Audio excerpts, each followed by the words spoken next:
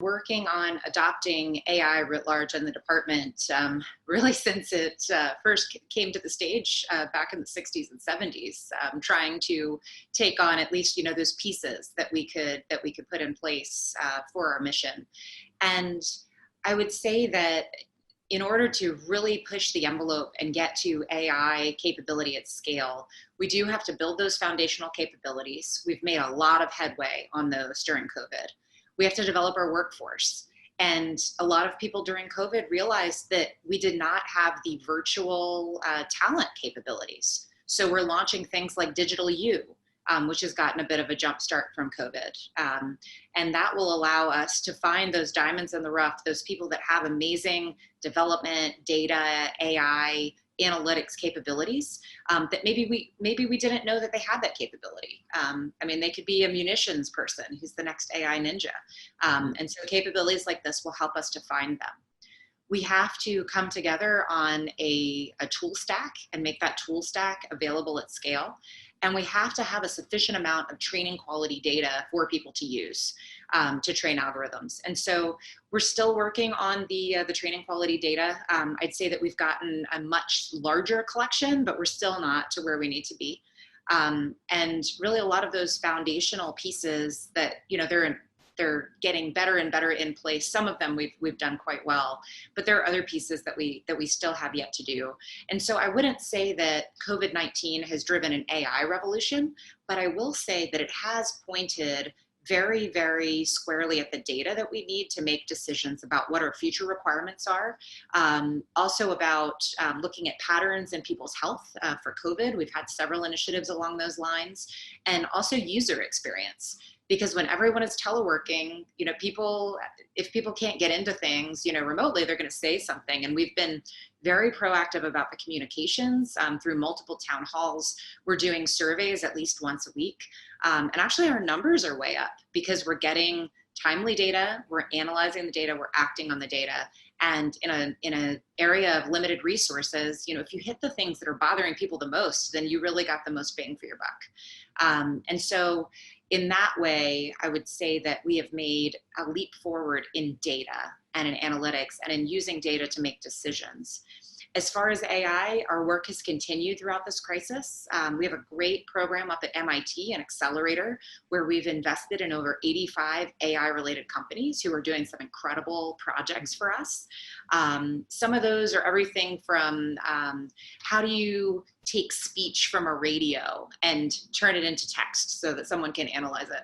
And so that sounds really easy. A lot of people would say, well, Google and Microsoft have done that for years, but it's a little bit different when the radios come in like 9 or bingo, and you got like a really thick Southern accent, or maybe it's a Southern accent and they're speaking to a French liaison officer.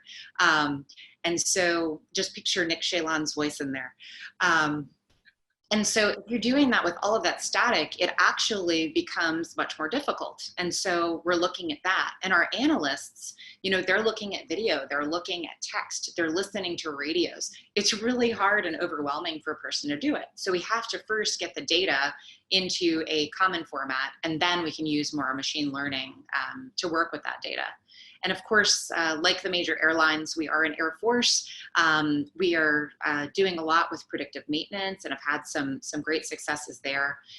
We've had some really interesting successes too with NORAD and NORTHCOM, where we're looking at air traffic within and just outside our borders and trying to figure out, what is something that we expect, like a commercial airliner that is following its anticipated path versus something that we don't expect.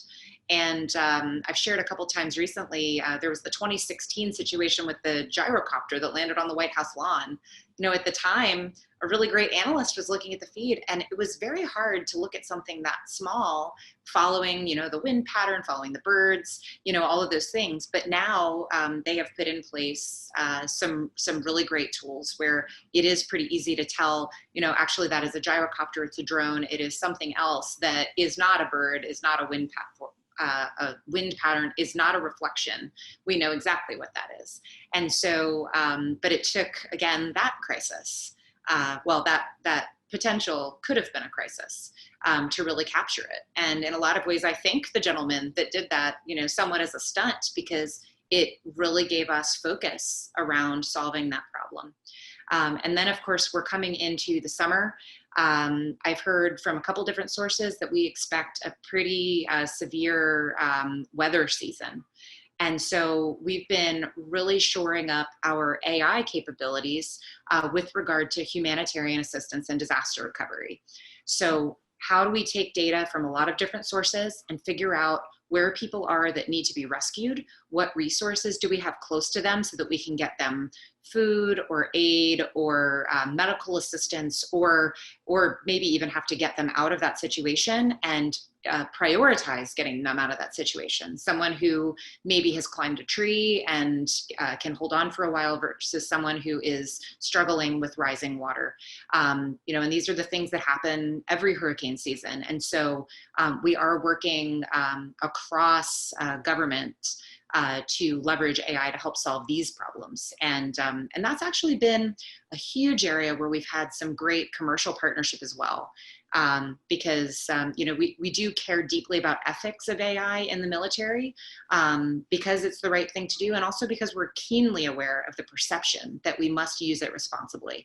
And that is one area where we all agree that we want to save lives, especially during a disaster, and we all want to keep our borders safe. So those have been two really key use cases for us with AI.